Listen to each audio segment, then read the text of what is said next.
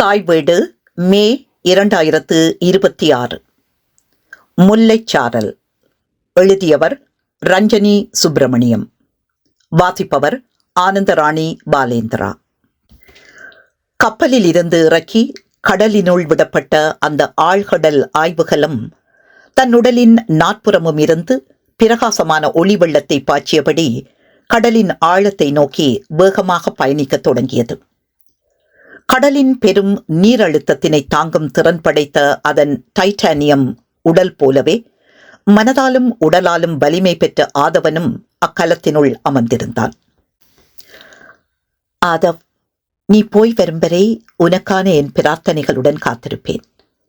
உனது ஒவ்வொரு பயணத்தின் போதும் நான் உன்னுடன் மனதால் பயணிக்கிறேன். உன்னுடன் வருவதற்காகவே நான் ஆழ்கடல் களத்தில் பயிற்சி பெற்றுக் கொண்டிருக்கிறேன். ஆரணியின் மென்குரல் அவனுள் வியாபித்தது. கப்பலில் இருந்து பறக்க முத்தமளித்து வழி அனுப்பிய அவளை மானசீக நேசத்தோடு அணைத்துக் கொண்டான் ஆதவன். அவனது இயல்புகளை முற்றுமுழுதாக அறிந்தவள் என்பதால் அந்த மன அணைப்பின் வழியாக கடத்தும் ஒவ்வொரு சொல்லையும் அவளால் எங்கிருந்தாலும் உணர முடியும் என்பதை அவன் அறிவான். துடிப்பும் இளமையின் அழகும் அறிவின் முதிர்ச்சியும் அவர்கள் இருவருக்குமான குணநலன்களாக அமைந்திருந்ததால் புரிதல் மிகுந்த காதல் இணைகளாக வாழ்வு இனித்தது.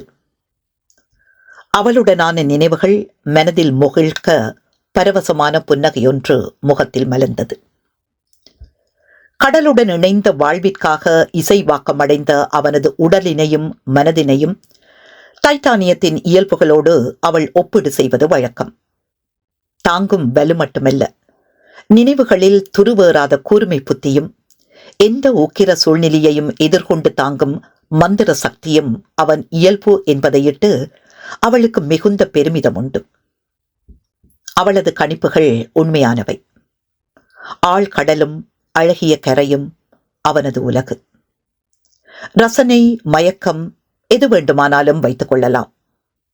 அங்கு எதிர்கொள்ள நேரும் எத்தகைய இடர்களும் அவனை மென்மேலும் வலிமையாக்குகின்றன என்பதும் உண்மைதான். எதனால் இத்தனை மோகம்? நீருலகு தனக்குள் புதைத்து வைத்திருக்கும் மர்மங்களினாலா? கரையில் ஆர்ப்பரித்து அலைவீசும் வெண்மையும் மத்தியில் அமைதியும் ஆழத்தில் கருமையும் கொண்ட அதிசயத்தாலா? தன்னுள் அனைத்தையும் உள்வாங்கி விழுங்கிவிடும் அகோர பசியினாலா?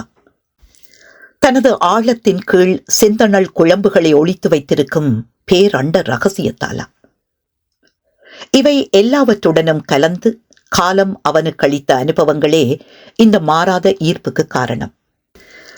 சின்னஞ்சிறு கழுத்தில் வெள்ளை நிற மணி கொண்ட அவனது கருப்பு நிற ஆட்டுக்குட்டியை கைவிடப்பட்ட பக்கத்து வீட்டின் பால் கிணறொன்று தனக்குள் இழுத்து கொண்ட சோகம் நெஞ்சில் உறைபனியாய் கவிந்த போது நீரின் பயங்கரத்தை முதலாக உணர்ந்தான்.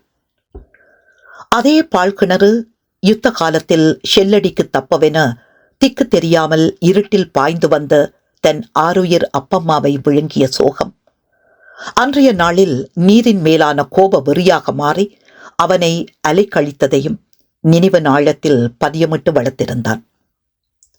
அதே நீரினை தனது பெரும் உடலெனக் கொண்ட கடலினை கிழித்து பார்க்கும் வெறி அந்நாளிலே அவனுள் வளர்ந்ததை யாருக்கும் தெரிவித்ததில்லை.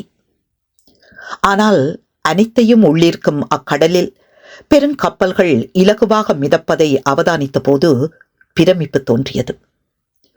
அதுபோல வாழ்வினை வடிவமைத்துக் கொள்ளும் விதமே துயரெனும் ஆழ்கடலில் மனித மனம் மூழ்காதிருக்க காரணம் என அவன் உணர்ந்த அருங்கணத்தில் கடல் மீது கொண்ட கோபவெறி மாறி தீராத பெருங்காதல் மனதில் குடிகொண்டது.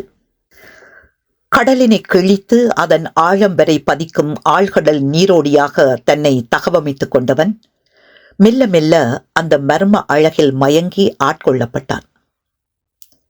இன்று கேப்சியூல் என அறியப்படும் ஆழ்கடல் ஆய்வுக்களம் செல்லும் ஆழத்தினை ஒத்ததாக அவனது நினைவுகளும் அனுபவங்களும் மிக மிக ஆழமானவை.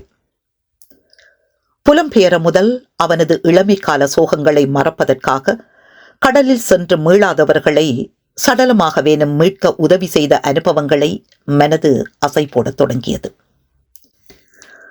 அந்த உடல்களில் உயிருள்ள போது வாழ்ந்தவர்களில் சிலர் கடல் தொழிலுக்கு சென்று சுழல் காற்றில் அகப்பட்டு மூழ்கியவர்கள். சிலர் கடல் குளிப்பிற்காக சென்று மாண்டவர்கள். சிலர் மாளாத சோகத்தால் வேண்டுமென்றே தமது இன்னுயிரை நீத்தவர்கள். மனதில் எழுதி வைத்த உயிர்ப்பான கதைகளோடு மரித்த அந்த உடல்களை சுமந்து வரும்போது அக்கதைகள் உள்ளுணர்வின் வழி தன்னுள் கடத்தப்படுவதை அவன் உணர்ந்திருக்கிறான். அந்த நினைவுகளை தனதாக உள்ளீர்த்து வருந்தி இருக்கிறான். இவ்வாறு பல கதைகள் அவனுள்ளே. ஆழ்கடல் நீர்மூழ்கும் சாதனங்கள் அணிந்து நண்பர்கள் சிலரோடு கடலில் பொழுதுபோக்கச் சென்ற ஒரு நாள் நினைவில் எழுந்தது. அன்று நண்பன் ஒருவன் கடற்படுக்கையிலிருந்து மேல் நோக்கி செங்குத்தாக வேகமாக நீர் மிதப்பு செய்ய அழுத்த வேறுபாட்டால் குருதியில் நைதரசன் வாயு குமிழிகள் உருவாகி உடல் வலுவிழந்து மயக்கமுறும் தருவாயில் திருகோணமலை கடற்படை தளத்தில் உள்ள உயர் அழுத்த ஆக்சிஜன் சிகிச்சைக்காக கொண்டு செல்லப்படும் வழியில் பயணச் சிக்கல்களால் அவன் உயிர் பிரிந்தது. அந்த சந்தர்ப்பத்திலேனும் ஆழ்கடல் மேல் ஆதவன் கொண்ட பிரேமை குறையவில்லை. மாறாக வாழ்க்கையின் பேரழுத்தங்களை எதிர்கொண்டு தாங்கும் விருப்பு மேலும் அதிகரித்தது. அந்த அனுபவங்களோடு புலம்பெயர்ந்தவனுக்கு கை கொடுத்ததும் அதே கடல் வாழ்வு. அவனோடு இணை சேர்ந்த ஆரணியும் இதே துறையில் ஈடுபாடு கொண்டவள் என்பதால் மனது உடனடியாகவே ஒட்டிக்கொண்டது. ஆதவன் கடலாடி வரும் வரை அவள் செய்திகளுக்காக காத்திருப்பாள். ஆழ்கடலில் கனிமங்கள் தேடும் ஆராய்ச்சி பணிகள் அவனது தொழில். சில வேளைகளில் குழுவினருடனும் சில வேளைகளில் தனித்தும் செல்ல நேரும். வழமையாக 4 மணித்தியாலங்கள் சுவாசிக்கக்கூடிய ஆக்சிஜனுடன் உள்ளிறங்கினாலும் பாதுகாப்பு கருதி 2 மணித்தியாலங்களில் திரும்புவது அவனது வழக்கம். என்றாவது ஆழ்கடல் ஆய்வு களத்திலிருந்து நான் திரும்பாவிட்டால் என்ன செய்வாய் ஆரணி? மனமுடைந்து போவாயா? இத்தகைய கேள்விகளால் அவள் எந்த பதட்டத்திற்கும் உள்ளாக மாட்டாள். மென்னகையுடன் ஆணித்தரமாக பதிலொன்று சொல்வாள். நீ எங்கிருக்கிறாயோ அங்கே நானும் இருப்பேன் ஆதம். எனது அன்பு உனக்கு பாதுகாப்பு கவசமாக எங்கும் இருக்கும். டைட்டானியத்தை விடவும் அது உறுதி வாய்ந்தது. நீ என்றும் நலமுடன் வாழ்வாய். பெருமிதத்துடன் புன்னகைத்தான். இந்த நம்பிக்கைதான் எனது வலிமை ஆரணி. ஆத்மார்த்தமாக நான் நேசித்த முதல் பெண்ணி. நான் உன்னுடன் தொடர்பு கொள்ளக்கூடிய சூழ்நிலையில் இருந்தாலும் இல்லாவிட்டாலும் நான் நலமாக இருப்பேன் என்பதை நீ நம்ப வேண்டும். கேப்சியூலில் செல்பவர்கள் அணியும் அழுத்தமும் வெப்பமும் தாங்கும் வகையில் அமைந்திருந்த தனது ஆடைகளை ஒருவித பெருமிதத்துடன் பார்த்து கொண்டவன் நிமிர்ந்த போது சூரிய ஒளி கடல் நீரின் ஊடு படர்ந்து உண்டான ஒளிவீச்சில் மேற்பரப்பு கடலினை ஒரு கனவு மண்டலமாக உணர்ந்தான். ஒளியும் இருளும் மாறிக்கொண்டே இருக்கும் வாழ்க்கை சக்கரம் போல அடுத்து வந்த ட்வீலைட் மண்டலம் எப்போதும் அவனுக்கு விசித்திரமான உணர்வினை தருவது வழக்கம். கடல் நீர் படிப்படியாக இருளடைய பயோலிமினேட் உயிரினங்களின் ஒளியும் பெரிய மீன்களின் நிழல்களுமாக ஓர் அற்புத காட்சி முன்னே விரியும். அத்தகைய பரவசத்தை முதலில் அனுபவித்த நாள் மறக்க முடியாதது.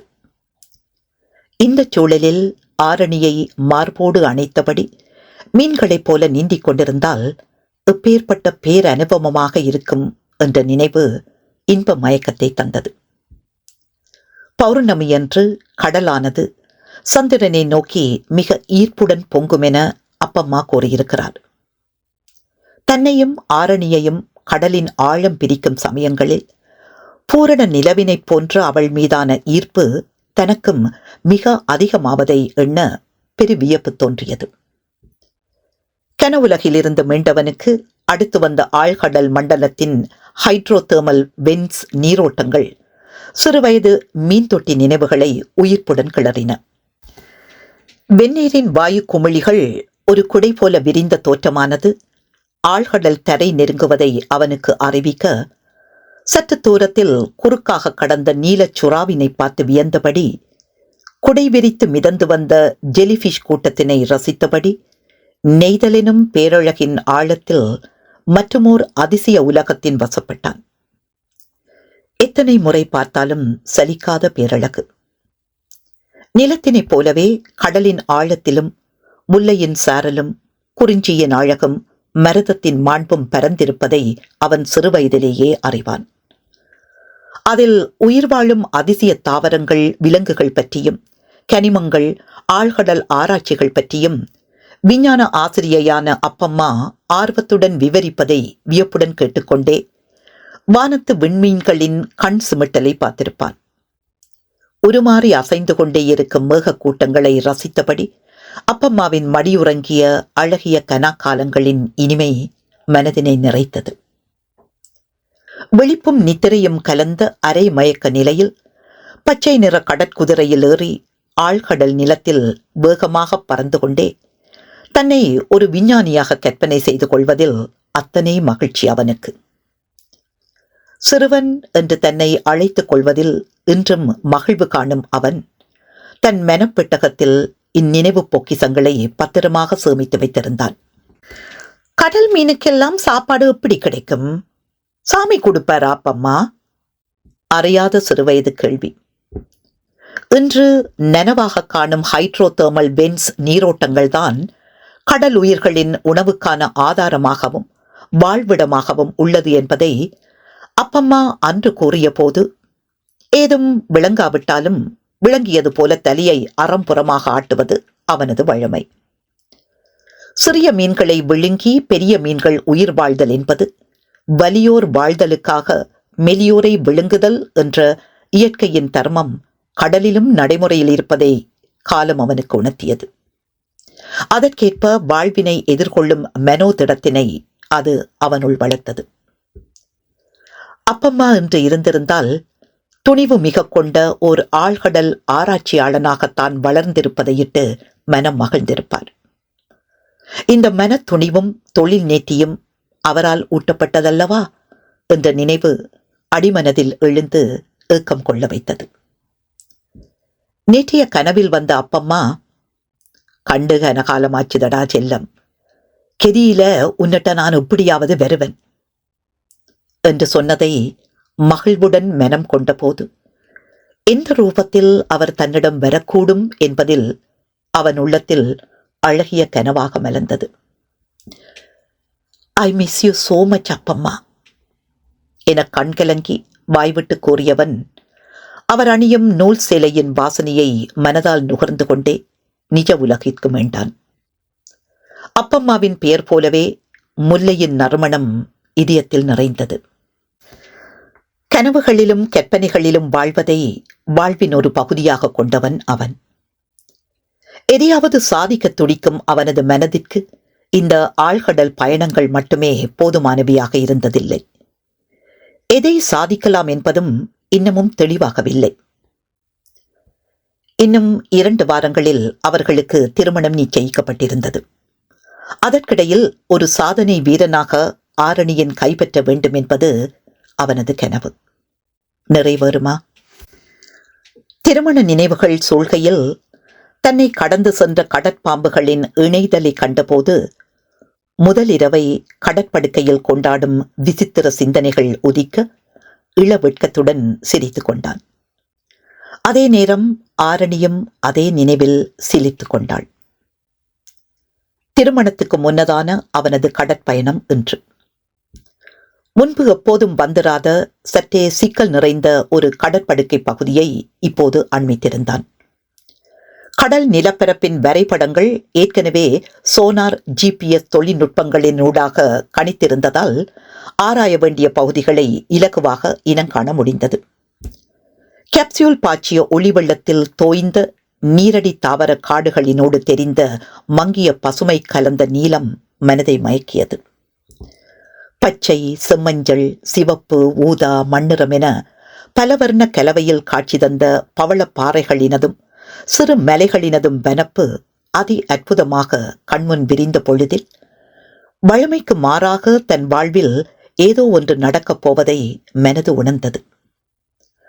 அது இன்பமா துன்பமா என்ற ஆய்வுக்கு நேரமில்லாத கணமொன்றின் மயக்கத்தில் மலைப்பாறைகளின் மேற்பரப்பில் ஏராளமான கருப்பு பழுப்பு நிற படிவுகள் பார்வையில் பதிந்தன.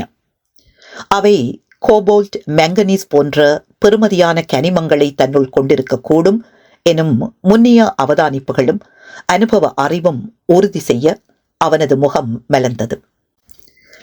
கனிம தேடலுக்காக கேப்சூலின் முன்புறம் பொருத்தப்பட்டிருந்த ரோபோட்டிக் ஆமினை இயக்கி உணர்திறன் கருவிகளூடாக பரிசீலித்தவனது எண்ணம் மேலும் உறுதிப்பட்டது. தேவையான ஆதாரங்களை பதிவு செய்து கொண்டான். பாறையின் சில பகுதிகளை மேலதிக ஆராய்ச்சிக்காக ரோபோட்டிக் நீர்மூழ்கியில் சேமித்து பத்திரப்படுத்தினான். தனது அனுமானம் சரியாக இருக்குமானால் இதனால் கிடைக்கவிருக்கும் அங்கீகாரம் ஆழ்கடல் வாழ்வில் முக்கியமானதொரு தருணமாக அமையும் என அவனது மெய்யுணர்வு கூறியது. ஆரணிக்கு வழங்கக்கூடிய மிகச்சிறந்த திருமண பரிசாகவும் தனது கண்டுபிடிப்பின் அங்கீகாரம் இருக்கலாம் என்ற பெருமிதம் மனதினை நிறைத்தது. மீண்டும் பாறை பகுதியை எதேச்சியாக நோக்க இதுவரை கண்டிராத பிரகாசமான ஆரஞ்சு வண்ணத்தில் அமைந்த பெட்டியொன்று பாறைகளின் இடுக்கில் உள்ள தாழ்வான பகுதியொன்றில் அரை குறையாக தெரிவதை அவதானித்தான். மேற்பரப்பிற்கு திரும்பும் நேரம் கடந்து விட்டிருந்தாலும் தாழாத ஆர்வம் பற்றி இழுக்க மீண்டும் ரோபோட்டிக் ஆமினை இயக்கி அதனை HD கேமராவால் பதிவு செய்து வீடியோ டிரான்ஸ்மிஷன் மூலமாக கேப்சூலில் இருந்து பார்வையிட்டவன் அதன் மேல் தெரிந்த Z என தொடர்ந்த எழுத்துக்களை பார்த்து அதிர்ச்சியும் வியப்புமானான். அது பிரபலமானவர்கள் சிலருடன் பயணப்பட்டு மர்மமாக காணாமல் போய் தசாப்த காலமாக தேடப்பட்டு வரும் ஒரு விமானத்தின் கருப்பு பெட்டி என்பதை அனுமானிக்க முடிந்தது. மிகுந்த பிரியத்தனத்துடன் அதை பக்குவமாக எடுத்து பத்திரப்படுத்தும் முயற்சியிலும் வெற்றி கொண்டவனின் மனது மகிழ்வுடன் பூரித்தது. ஆனால் மகிழ்ச்சி நீடிக்கவில்லை. எதிர்பாராத விபரீத கணமொன்றில் பாறைகளின் இடுக்கினில் எங்கோ விடுவிக்க இயலாத நிலையில் ஆழ்கலம் சிக்கிக் கொண்டதனை உணர்ந்தவன் சற்றே உறைநிலை அடைந்தான். சிந்தனையோட்டம் ஸ்தம்பித்தது. இதயம் உடலுக்கு வெளியே அதிர ஆரம்பித்தது. அடுத்த கணத்திலேயே மனதில் வலிமையான உறுதி மீண்டும் துளிர்விட்டது. வீழ்ந்தால் என்று நினைத்தால் வாழ்ந்ததாயிருக்குமா நினைவுகள்? எங்கோ படித்த கவிவரிகள் நினைவில் எழுந்தன. தன் நிலைக்கு மீண்டவன் மேற்பரப்பு கண்காணிப்பு குழுவுக்கு விரைந்து தகவலை வழங்கிவிட்டு மீட்புக் குழுவின் வருகைக்காக நம்பிக்கையுடன் காத்திருக்கத் தொடங்கினான். ஆழ்கலத்தில் ஆக்சிஜன் கையிருப்பு இன்னும் அரை மணித்தியாலத்திற்கே அவனுக்கான சுவாசத்தை வழங்க முடியும் என்பது அக்கணத்தில் உள்ள மனதை பதற வைக்கும் நிதர்சனம். எனினும் நிதானத்தை இழக்கவில்லை. கண்களை மூடி தன் நினைவுகளை நிலைப்படுத்தினான். ஆரணியின் அன்பு சூளை உலகத்தினுள் வசப்படுத்தினான். தனது உயிராக சுவாச காற்றாக ஆரணியை நினைத்த வண்ணம் நெருக்கமாக மனதால் அணைத்துக் கொண்டான். எத்தகைய இடர்வரேனும் என் காதல் உன்னை காக்கும் கவசமாகும். நீ நலமுடன் இருப்பாயாதம் எனும் ஆரணியின் நம்பிக்கை மிகுந்த வார்த்தைகள் அவனுள் அசரீரியாய் ஒலிக்கத் தொடங்கின. நன்றி.